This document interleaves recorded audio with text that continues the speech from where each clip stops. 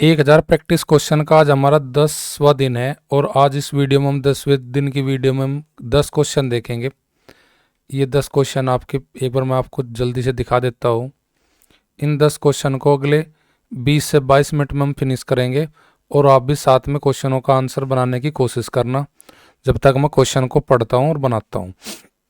देखिए पहला क्वेश्चन हमारा क्या है, स्क्रीन पे दिया गया है। आप इस क्वेश्चन को पढ़िए और आंसर बनाने की कोशिश कीजिए। यदि 320 का 20% 460 के 40 से x कम है तो x का मान मुझे ज्ञात करना। तो 320 का 20% यानी कि 5वां हिस्सा, तो 20% मैं निकालूंगा 320 का, तो ये 20वां हिस्सा आ जाएगा मेरे पास 64। अब 460 का मेरे पास 40% कितना होगा ये मैं देखता हूँ। ये मेरा हो जाएगा जी, 0 से 0 कट गई हमारी, 40 चौका देखिए हमारा कितना हो जाएगा, 6 चौक 24, आपके पास हासिल बच गया 2, 4 चौक 16, 16 और 2 18 यानी कि 184। अब इन दोनों का जो अंतर आएगा वही मेरा x का मान आएगा। तो 64 और 184 का जो अंतर आएगा वो अंतर आ जाएगा जी 120, वही मेरा x की वैल्यू हो जाएगी। तो x की वैल्यू मेरी 120 ऑप्शन किस में दी गई है, ऑप्शन फर्स्ट में।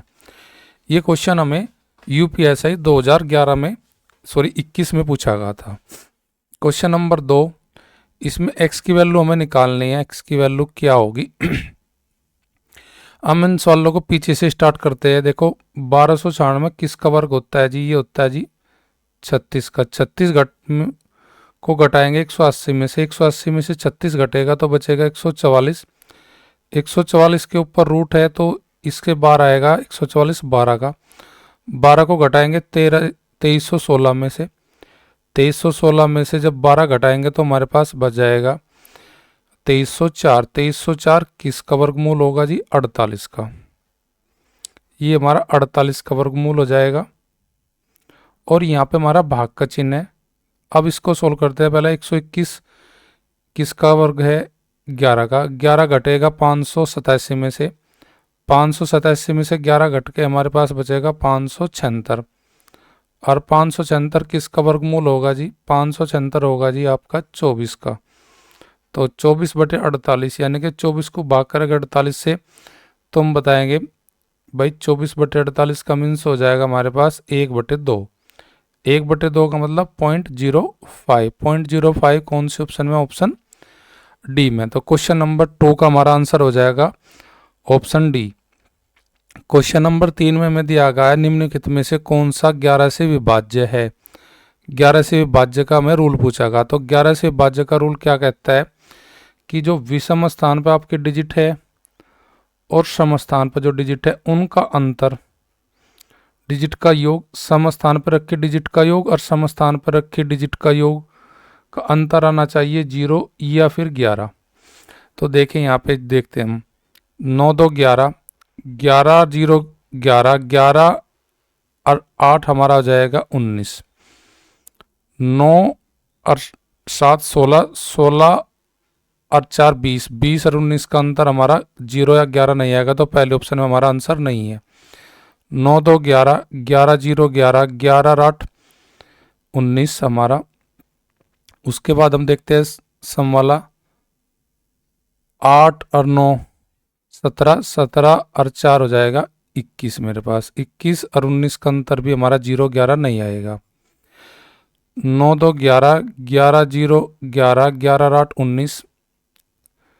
अब जोड़ते हैं हम सम पे, 4 6 9 15, 15 और 4 19, 19 19 का अंतर हमारा 0 आ जाएगा। तो सम और विषम स्थानों पर रखे डिजिट का अगर अंतर हमारा 0 आता है, योग का अंतर 0 आता है तो वो संख्या 11 से डिवाइडेबल हो जाएगी। तो राइट आंसर ऑप्शन सी हो जाएगा मेरा क्वेश्चन 3 के लिए। क्वेश्चन नंबर 4, 3 लगातार वर्षों के लिए उत्पाद का मूल्य क्रम से 114 रुपये प्रति लीटर, 228 रुपये प्रति लीटर, 285 प्रति लीटर था। यदि कोई आदमी उस उत्पाद को प्रति वर्ष औसत खर्च क्या होगा। तो क्या करना हमें, इन्हें 114 और जी 228 और 285 को जोड़कर इनका जोड़ जो आएगा उसको भाग करना 3 से। देख ले कितना आएगा इनका जोड़। 8 4 12 5 17 हासिल 1, 1 2 3 3 और 8 11, 11 और 1 12 हासिल लग गए 1, 2 2 4 1 5 और 1 6। तो 627 मेरा जोड़ा। तीनों का औसत निकालने के लिए कुल योग बटे कुल संख्या। तो 3 दूनी 6, 0 हम लगा के जोड़ा तार ले कि 2 में हम भाग नहीं कर पाएंगे 3 से। 27 9 थी 27। तो मेरा औसत आएगा प्रतिवर्ष 209। तो 209 मेरा ऑप्शन में यहाँ पे 114, 218, 285, तो ये ऑप्शन है, ये 209 की हो जाएगी। यहाँ पे ऑप्शन मेरी शायद गलत टाइप हुई है, इसी वजह से आंसर मेरा इन ऑप्शन में नहीं होगा। तो 209 मेरा आंसर हो जाएगा क्वेश्चन नंबर 4 के लिए। नेक्स्ट क्वेश्चन देखते हैं हम। क्वेश्चन नंबर 5, 4 वर्षों में साधारण ब्याज की दर पर कोई राशि में 20% की बढ़ोतरी होती है। उसी ब्याज दर पर 2 वर्षों के बाद 44,500 रुपये का चक्रवृद्धि ब्याज ज्ञात कीजिए। देखिए 4 वर्षों में 20% की बढ़ोतरी साधारण ब्याज के हिसाब से। साधारण ब्याज प्रतिवर्ष बराबर ब्याज मिलता है। अगर 4 वर्षों में 20% बढ़ोतरी है तो इसका मतलब है कि प्रतिवर्ष हमें क्या % की दर चल रही ब्याज की, वहाँ पे 5%। अब 5% के हिसाब से 2 साल के लिए हम दे रहे 44,500 रुपये का चक्रवृद्धि ब्याज निकालना मुझे। तो 5% का मीन्स हो जाएगा 1/20, अर्थात 20 पे 1 रुपये का ब्याज मिलेगा तो हो जाएगा मिश्र धन बढ़ के 21 रुपये। तो 21/20 मेरा हो जाएगा। 2 साल के लिए पूछा तो मैं यहाँ पे स्क्वायर कर दूंगा इसका। तो ये हो जाएगा मेरे पास, अगर मैं 400 रुपये ले रहा हूँ तो 400 रुपये का मिश्र धन, अगर 400 मूलधन है तो वो मूलधन बढ़ के हो जाएगा 441 मिश्र धन। अगर 400 रुपये मूलधन है मेरा तो 2 साल बाद मिश्र धन हो जाएगा 441। अब मेरे पास 400 की वैल्यू दी गई है, मुझे निकालनी किसकी, 441 वाले की वैल्यू। अब 400 का मान मुझे सवाल में दिया गया है कितना, 44,500। 44,500 मुझे दिया गया है। अब इसका ब्याज बताना मुझे। अब मिश्र धन ना निकाल के मैं ब्याज निकालना, तो फिर मैं क्या करूँ, मिश्र धन ना निकाल के बोलूँगा भाई 400 रुपये पे इन दोनों का 400 से 400 क्या हुआ मेरा, ये 441, अर्थात कितने रुपए का ब्याज मिला मुझे। इन दोनों का अंतर देखूंगा तो 41 का अंतर मुझे मिलेगा। यानी कि मुझे वैल्यू दी गई है 400 की और मुझे निकालनी वैल्यू किसकी, 41 की। तो इसको भाग करूँ मैं 44,500 को किससे, 400 से, और जी गुना करूँ मैं किसकी, मैं 41 की। तो मुझे 2 साल का क्या मिल जाएगा, चक्रवृद्धि ब्याज। 2 जीरो से मेरी 2 जीरो कैंसिल हो जाएगी। 4 से डिवाइड करूँ मैं इसे, 4 एकम 4, 4 एकम 4, 4 एकम 4, बच गए मेरे पास 1 लगा पॉइंट हो गए 10, 4 दूनी 8, बच गए 2, 4 पंजे 20, ये कट गया 4 से 445, 111.25। अब इसके मैं गुना करा दूंगा तो मेरा आंसर बन जाएगा 2 साल का ब्याज कितना मिलेगा मुझे। 41 पंजे मेरे पास हो जाएगा कितना जी, 205 हासिल लग गए मेरे पास 20।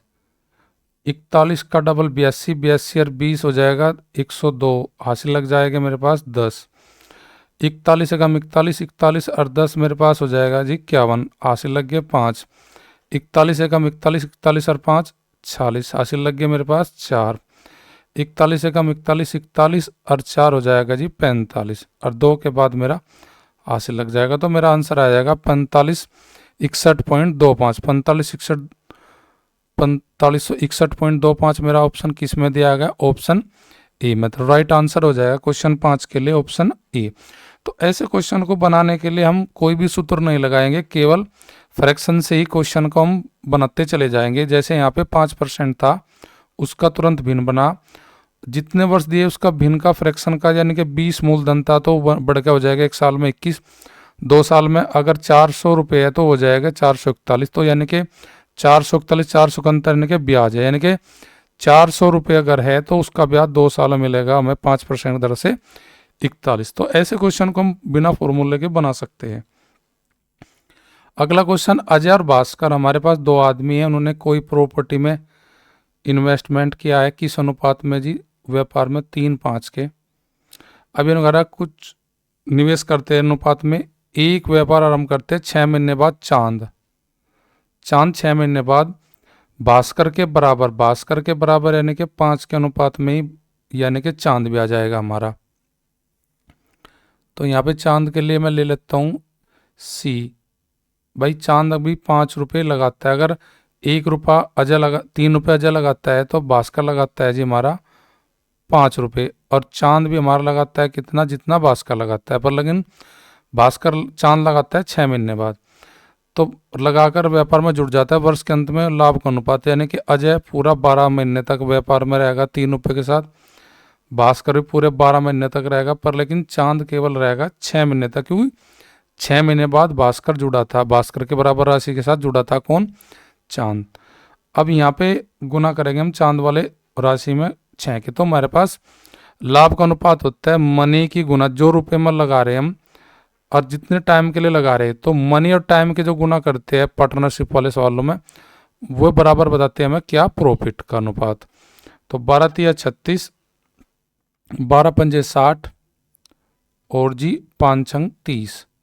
अब इसको और छोटा कर लेते हैं हम, किससे, 6 से डिवाइड कर लेंगे, 6 छंग 36 और जी 6 से 60 10 बार चले जाएगा, 30 चले जाएगा जी 5 बार।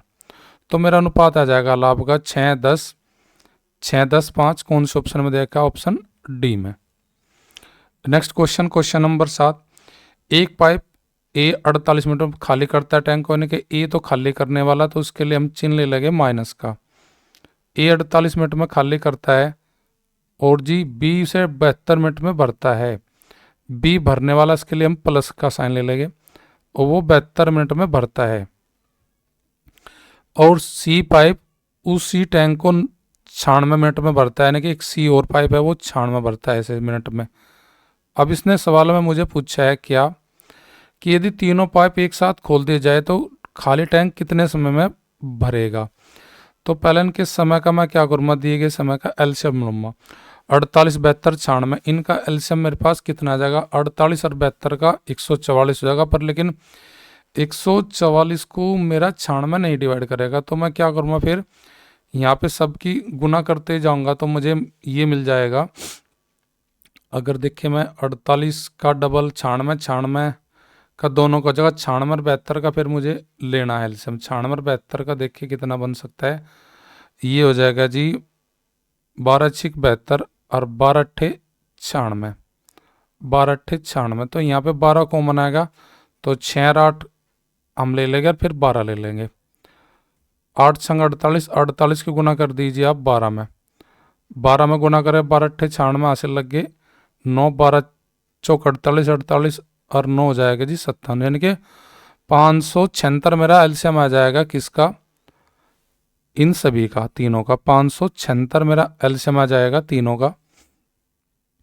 तो 576 में यहाँ एलसीएम रख के ये मान तो 576 लीटर की वो टंकी है मेरी, अगर उसे 48 मिनट में खाली कर रहा तो उसकी प्रति मिनट कितनी क्षमता उसे खाली करने की, ए वाले पाइप की, 48 से कम 48 बच गया आपके पास कितना, 11 हो गया हमारे पास, 48 9 सॉरी 9 बचेंगे, 9 48 का डबल 96, यानी कि ए वाला खाली करेगा प्रति मिनट में कितने लीटर जी, 12।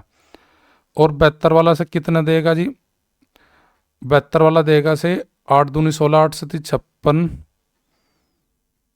72 से डिवीज करेंगे 576 को भाग, तो हमारे पास आ जाएगा जी 8 दूनी 16, 8 से 56, 8 चल जाएगी मेरी, यानी कि 8 लीटर हो जाएगा मेरा भरने की क्षमता बी वाले पाइप की, यानी कि 12 लीटर निकाल लेगा ए वाला और बी वाला 8 लीटर प्रति मिनट उसमें पानी डाल लेगा। और सी वाला कितना डाल लेगा जी, 96, इसमें जब हम गुना करेंगे तो 6 बार चल जाएगा, यानी कि सी वाला प्रति मिनट में दे रहा है जी क्या लीटर जी, 6 लीटर। अब 12 निकल रहा, 8 12 निकल रहा, 6 और 8 हमारा जा रहा, तो यानी कि भर रहे कितना प्रति मिनट, 8 और 6 14, पर लेकिन निकल रहा हमारा कितना 12। तो प्रति मिनट में जब तीनों चले गए तो मेरे पास टंकी में पानी जाएगा कितने लीटर जी, 2 लीटर प्रति मिनट। अब मुझे टंकी भरनी 576 की, तो 2 लीटर जा रहा प्रति मिनट के हिसाब से, जब ये तीनों चल रहे तो कितने मिनट में भरेंगे, 2 कम 2, 2 दूनी 4, बच गया मेरे पास कितना 1, 8 दूनी 16 बच गया, 8 दूनी 16, तो 576 लीटर की टंकी भरने में मुझे जो टोटल टाइम लगेगा 288 मिनट लगेगा। और 288 मेरी कौन से ऑप्शन में दिया है? ऑप्शन डी में दिया है। क्वेश्चन नंबर अगला, 25% की हानि पर 15,825 में एक मोबाइल बेचा जाता है। यदि इसे 25,320 में बेचा जाता है तो उस पर वास्तविक लाभ या हानि कितने प्रतिशत होता है? ये क्वेश्चन एग्जाम हमारा यूपीएससी 2021 में हमसे पूछा गया था। तो देखिए क्वेश्चन को हम कैसे लगाते हैं, बनाते हैं। देखो 25% की हानि है तो कहने का मतलब ये है कि जो 15,825 जो हमें दिया है इसका वैल्यू, देखो नो प्रॉफिट नो लॉस होता है हमारा करियर मूल्य। करियर मूल्य का वैल्यू हमेशा परसेंट में होता है जी हमारा 100% जी। यहाँ 25 की हानि है तो पहली बार जो हमने बेचा होगा SP1 जो क्या होगा 25% की हानि पर दिया है तो 100 में से 25 घटाएंगे तो बताएंगे पहला जो विक्रय मूल्य है वो का वैल्यू परसेंट में कितना है जी 75 का। और SP नंबर हमें 2 दिया है उसने किस में, रुपए में कितना 25,320 में। तो जो ये 15,825 है, 15,825 है जो इसकी वैल्यू है जी हमारी 75% के बराबर। तो पहले हमें निकाले करियर मूल्य। करियर मूल्य निकालने के बाद ही हम बताएंगे कि 25,320 में बेचने से लाभ होगा कि हानि। 25 थी 75, 25 चौका 100 और 3 पंजे 15, 3 दूनी 6, बच गया आपके पास 2 हो गए 22, 3 सत 21 बच गए 3 पंजे 15, अर्थात 52,75 मेरा की गुना कर दो अगर 4 में तो मेरा करियर मूल्य आ जाएगा। 5 चौक 20, 7 चौक 28, 2 30, 4 दूनी 8, 8 3 11 हासिल 1, 4 पंजे 20, 20 और 1 21, यानी कि 21,100 रुपये मोबाइल खरीदा गया था। अब उसको बेच रहे हम किस में 25,320 में। 21,100 का मोबाइल 25,320 में जाएगा तो कितने का प्रॉफिट देगा जी? 0,224 यानी कि 4,220 रुपये का मुझे लाभ होगा। और लाभ हानि सदैव निकलता है करियर मूल्य पर। करियर मेरा कितना है 21,100 और परसेंटेज निकालने के लिए गुना करते हैं हम 100 की जी। अब ये 2 जीरो से 2 जीरो कैंसिल हो जाएगी, 211 का डबल 422। तो कहने मतलब ये हुआ मेरा अगर मैं 25,320 में मोबाइल को बेचूंगा तो मुझे हानि नहीं होगी, मुझे होगा लाभ। और लाभ होगा कितना परसेंट जी? 20%। 20% के लिए मेरे ऑप्शन क्वेश्चन नंबर 8 की है कौन सी? Option C. क्वेश्चन नंबर 9, एक नाव 54 घंटे में 270 किलोमीटर धारा के विपरीत दिशा में जाती है। धारा के विपरीत दिशा में जाती है तो नाव तो धारा जो शांत जल में चाल है माइनस धारा का वेग भी इसमें से घटाते हैं जब विपरीत दिशा में कोई नाव जाती है। जब धारा की दिशा में जाती है तो उसका मतलब है कि शांत जल में नाव की चाल प्लस धारा का वेग करते हैं। तो धारा के विपरीत तो जाना है जी 270 किलोमीटर, उसे कितने समय में पहुंची वह? 54 घंटे में। और जी 448 किलोमीटर की जी वह क्या घंटे में? धारा की दिशा में 64 घंटे में। तो ये विपरीत की चाल आ जाएगी मेरी, धारा के विपरीत दिशा की चाल। और जी आ जाएगी जी अनुकूल की चाल, यानी कि उसकी दिशा की धारा की दिशा में। 54 पंजे मेरे पास हो जाएगा जी 270, यानी कि उसकी प्रति घंटा धारा की विपरीत दिशा में चाल होगी जी 5 किलोमीटर प्रति घंटा। और जी जो 448 की थी 64 घंटे में, उसमें कितनी होगी जी हमारी? देख लीजिए, जब हम ऐसा करेंगे जी 64 से भाग करेंगे तो यहाँ पे चला लीजिए आप 64 कितना हो जाएगा हमारा? यहाँ पे चले जाएगा 64 के साथ में ये 8 आएगा, 4 दूनी 8, 2 नहीं चलेगा, 4 में हमारे पास, चलो जी 8 से काट लेते हैं, 8 पंजे 40 बच गए 4, 8 संग 48, 8 64 और जी 8 सती 56, यानी कि यहाँ पे आ जाएगी उसकी चाल धारा की दिशा में 7 किलोमीटर प्रति घंटा। अब मुझे निकालना शांत जल में नाव की चाल। अगर धारा के विपरीत में चाल हमें पता हो नाव की और धारा के अनुकूल पता हो तो दोनों के चालों का योग, यानी कि धारा के विपरीत की दिशा की चाल और धारा की दिशा में चाल का योग का अगर हम आधा कर दे जोड़ के तो हमारी शांत जल की चाल आ जाती है। अगर धारा का वेग निकालना होता तो धारा की दिशा की चाल नाव की और धारा के विपरीत दिशा की चाल का अंतर करके उसका आधा करते तो धारा का वेग आ जाता।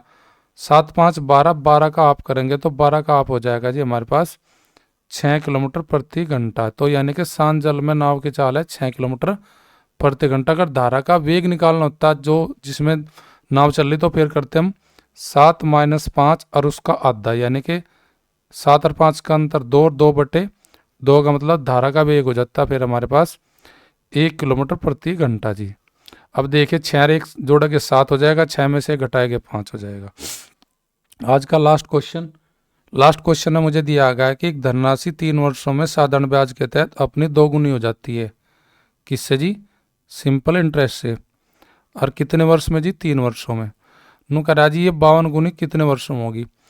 तो देखिए अगर वह धनराशि 1 है और वह दुगनी हो जाती है कितने टाइम में जी? टाइम मुझे दिल लगा है जी 3 वर्ष। अब मुझे सवाल पूछा कि वही राशि क्या गुनी करवानी जी? 52 गुनी। और उसके लिए मुझे पूछा जी टाइम कितना लगेगा। तो देखिए 2 से 1 से 2 ने मतलब ब्याज कितना मिला जी? 1। और 1 से 52 करनी तो मुझे ब्याज चाहेगा कितना जी? 51। तो एक ब्याज होने में तो मेरा लगा, एक ब्याज बनने में तो लगे मुझे कितने वर्ष जी? 3 वर्ष। एक अगर 1 रुपये का ब्याज कमाना, 1 से मैंने माना मूलधन मेरा 1 है तो दुगनी होने वाला यू मिश्रधन होगा यानी कि 2, यानी कि 2 और 1 का अंतर, यानी कि 1 रुपये का ब्याज कमाने के लिए कितना समय लगता है मुझे? 3। और मुझे ब्याज कमाना जी कितना जी? 51 का जी। तो 51 रुपये का ब्याज कमाने के लिए कितना टाइम लगेगा जी? 1 रुपया कमाने में 3 साल। तो 51 रुपये का ब्याज कमाने के लिए कितना टाइम लगाएगा? तो 51 में गुना अगर मैं 3 की कर दूँ तो मेरे पास आंसर आ जाएगा कि 51 गुना 51 रुपये का ब्याज कमाने के लिए मुझे कितना समय लगेगा? तो समय लगेगा जी 153 वर्ष। एक तरीका तो मेरा करने का सवाल का ये है। दूसरा तरीका भी है मेरा सवाल करने का कि इनमें जो अंतिम गुना है उसमें से एक घटाओ, यानी कि 52 में से एक घटाओ और पहला जो गुना उसमें से भी एक घटाओ और गुना कर दो दिए गए सवाल के समय में। तो वही बात आएगी, यहाँ पे हो जाएगा 51, यहाँ पे हो जाएगा 51/1 गुना 3। तो यानी 51 में 3 के गुना करेंगे 153। ये हमारा फॉर्मूला भी होता है इसका, अंतिम गुना -1 बटे पहला गुना -1 गुना समय। इससे भी हम सवाल बना लेते हैं। तो सवाल का आंसर हो जाएगा 153, जो कि ऑप्शन मेरा डी में दिया गया है।